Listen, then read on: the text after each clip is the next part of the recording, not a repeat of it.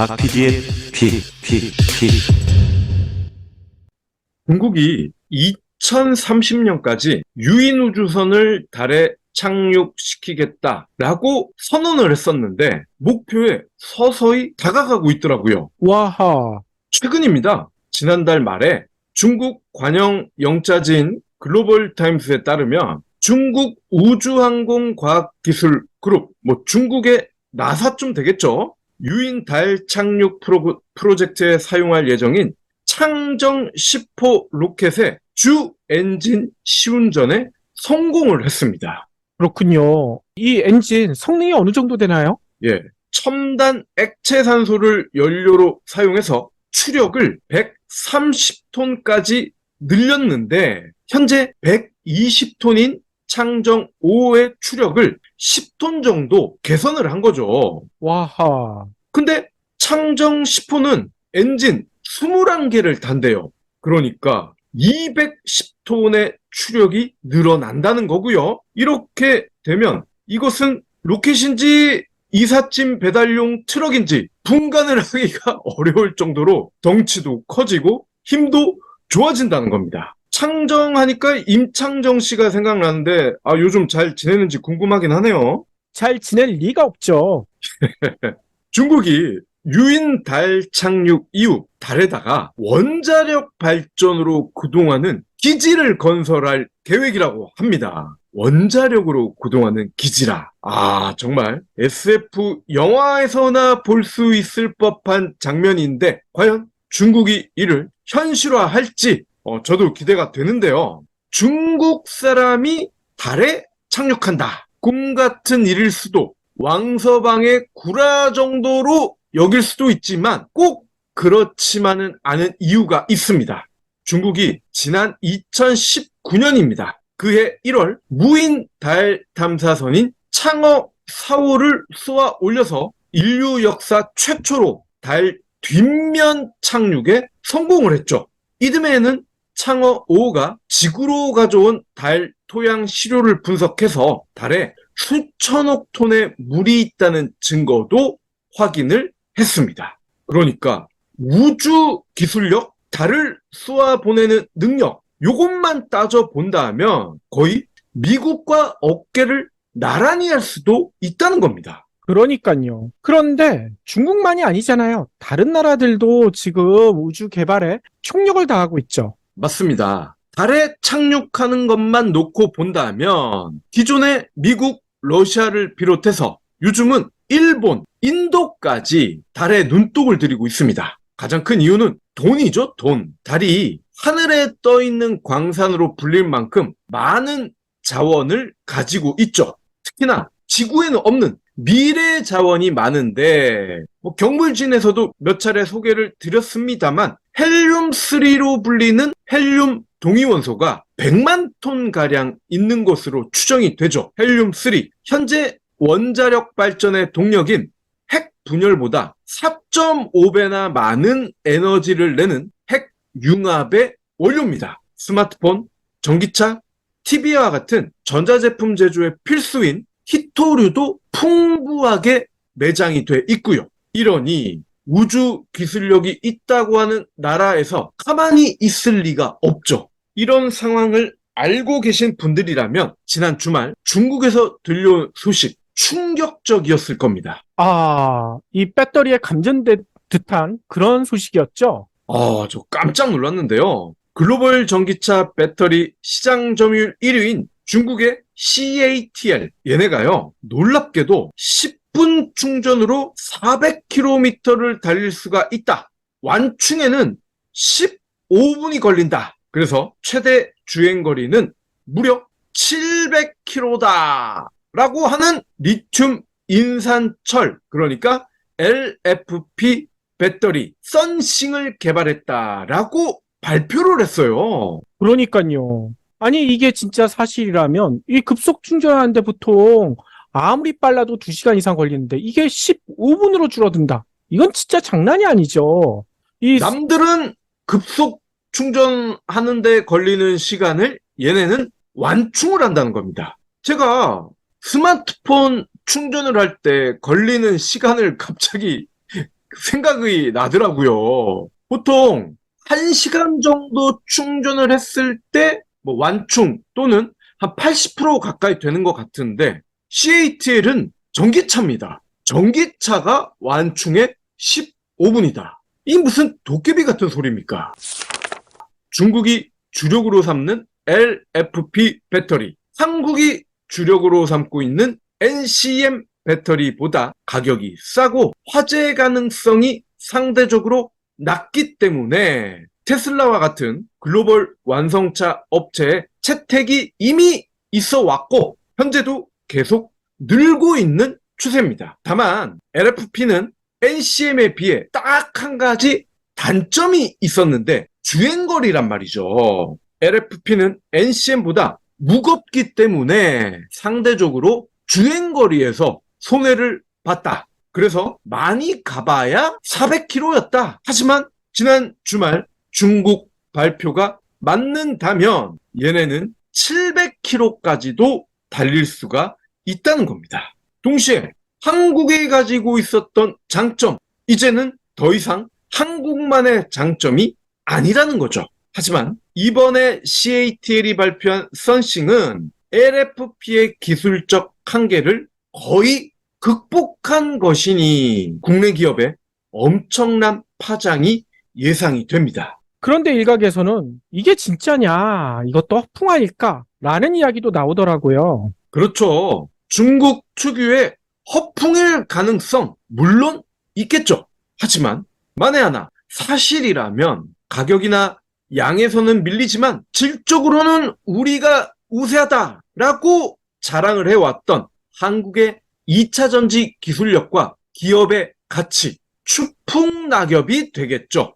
업계 관계자들의 이야기를 종합하면 썬싱은 흡사 한국연구진이 최근 발표해서 센세이션을 일으켰던 초전도체와 비슷한 것 같아요. 스펙만 놓고 봤을 때는 획기적인 제품이다. 하지만 이를 검증할 수 있는 데이터가 부족하지 않느냐. 그래서 일단은 지켜봐야 한다는 게 중론입니다. CATL이 R&D에 엄청난 돈을 쏟아붓고 있지만 중국 정부에서도 여전히 팍팍 밀어주고 있지만 발표 내용의 실현 가능성에 의문이 든다는 거죠. 그러니까요. 이 초전도체도 아직까지 확실하게 이게 아니다, 그게 맞다 라고 밝혀지지도 않았다면서요. 맞습니다. 이론상으로는 가능하고 제조법도 논문에 공개가 됐죠. 하지만 나라마다 연구소마다 거기에 있는 대로 따라해 봤더니 와 이거 가능한디? 라는 의견과 에이 비현실적이었잖아 라는 의견이 엇갈리고 있습니다.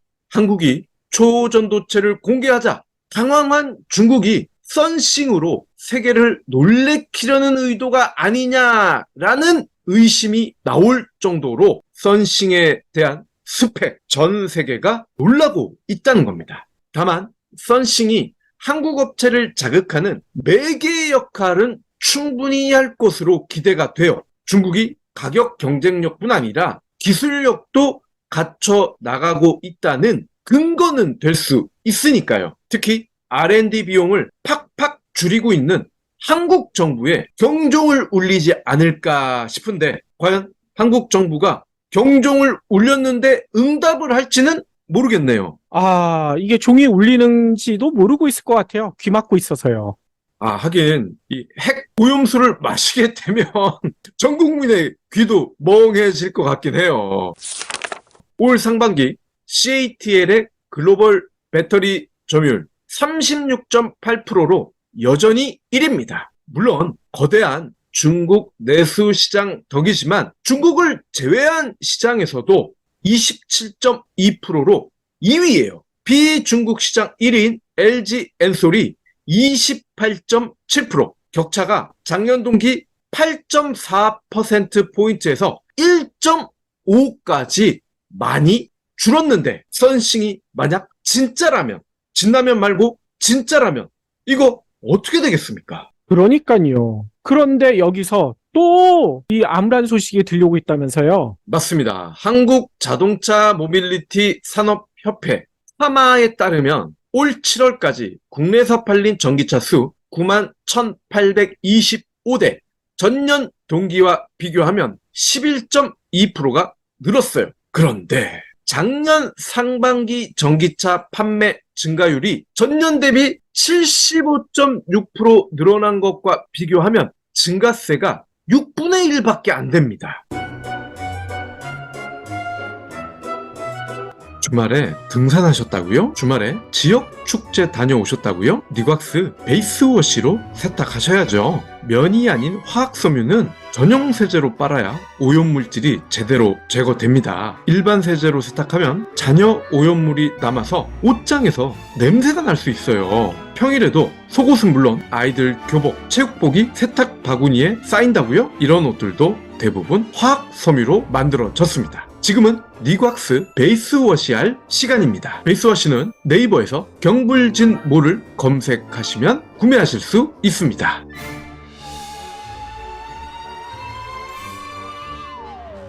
지난달 판매량에서도 전기차 침체 분위기 뚜렷한데요. 12,848대, 전월 대비 13.7%, 전년 동월 대비 12.8%가 감소했습니다. 두 가지 데이터에서 확실히 읽을 수가 있죠. 이제 전기차 사는 사람이 갈수록 줄고 있다. 그래서인가 이상한 일이 벌어지고 있다면서요. 전기차 보조금 없어서 난리였죠. 그런데 지금은요, 상당수 지자체에서 남아돌고 있다고 합니다. 그러니까요. 아니 이것 때문에 자기가 살지 않는 지역까지 가가지고 등록하셨던 분들도 많았었는데 이제는 그럴 필요가 없다면서요.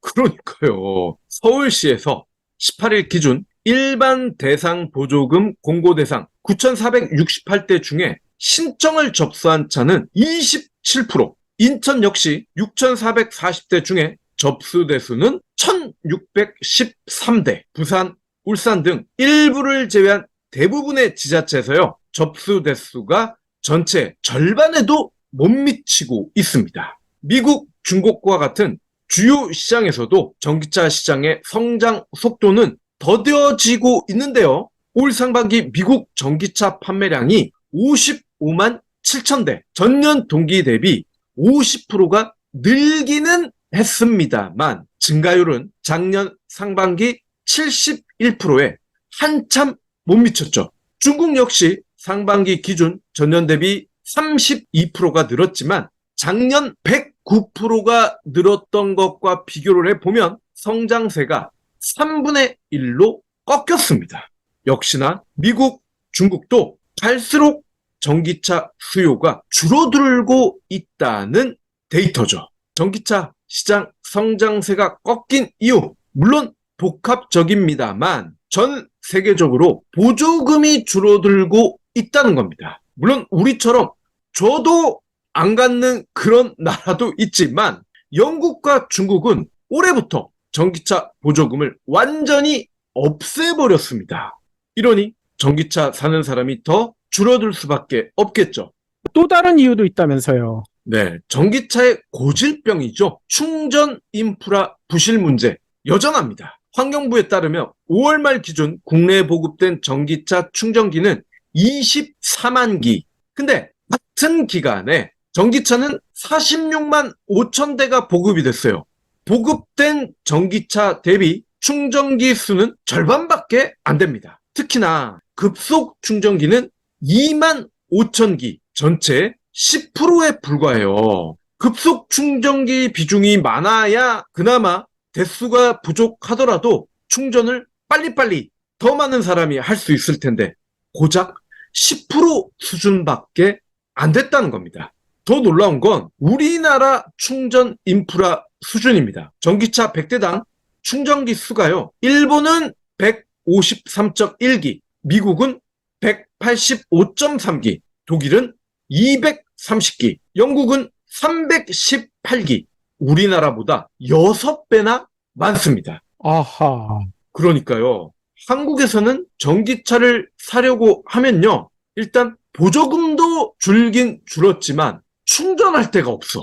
이러니 너무나 스트레스를 받는다는 거고요. 내 친구가 전기차 샀더니 절대 사지 말래. 충전하느라 백발이 됐다. 라는 소리를 들으면 기름차 끌던 분들이 전기차 사겠습니까? 정리를 해보면요. 중국의 2차 전지 기술력은 지구를 넘어 우주 수준으로 향상 중인데 한국 기업은 여전히 지구 수준입니다. 또 전 세계적으로 전기차 소비가 줄고 있는데 한국은 보조금이면 보조금, 충전 인프라면 인프라, 다방면에서 다른 나라보다 처진다는 점. 이 두 가지 사실이 뭘 의미할까요?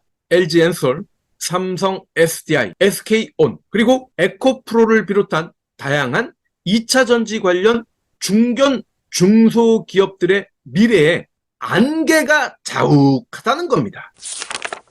수년째 주가 답보 상태인 대기업 삼총사, 그리고 100만 원을 돌파했다 하락 추세인 에코프로, 공시 하나로 상한가와 하한가를 기록하는 그 외 중소기업들, 앞으로의 체질은 물론이고 주가 지금보다 나빠질 가능성이 크지 않을까요? 그러니까요. 결국 뻔한 소리긴 하지만 부단한 노력이 관건일 겁니다. 노력에는 많은 것들이 포함되지만 R&D가 핵심이고 그 핵심에는 돈이 있죠. 돈 버는 것에 만족하지 말고 중국 기업보다 더 많이 투자를 해야 될 텐데, 물론 더 많이 투자한다는 의미는 매출과 비교했을 때의 비율입니다. 단순 투자액이 중국보다 많아야 된다는 주장이 아닙니다. 그리고 달 탐사에 우리도 성공을 해서 중국보다 먼저 달 자원을 득템하기를 간절히 바라는데, 근데 역시나 로켓을 쏘는 것도 R&D가 관건이고 R&D는 역시나 돈인데, 이 무슨 메비우스의 띠 같기도 하고 말이죠. 너무나 어려운 문제인 건 분명합니다. 그러니까요. 지난주에도 얘기 드렸지만 현 정부에서 우리나라 과학자들을 상대로 카르텔 이야기까지 꺼냈잖아요. 그러면서 R&D 예산 팍팍 갖고 있는데 중국은 반대로 가고 있고, 이 상황을 나중에 역사는 어떻게 기록할지 너무나 뻔하지 않습니까? 현 정부는 대통령, 총리 말할 것도 없고 이 수뇌부들이 그런 생각을 하는 것 같아요. 우주에 로켓을 쏜다? 더 많은 R&D 비용을 쓴다? SF 영화를 너무 많이 봤어. 너무 망하는 거 봐. 이런 생각을 하지 않을까 싶습니다. 그러니까요. 그 영화 잘 만들었다고 하는데 우리나라에선 왜 SF 영화가 성공을 못할까요? 감사합니다. 하트 투척, 댓글 남기기, 링크 공유, 계좌 후원 등 경불진 두 PD에게 힘을 보태주세요. 더 좋은 내용으로 보답하겠습니다.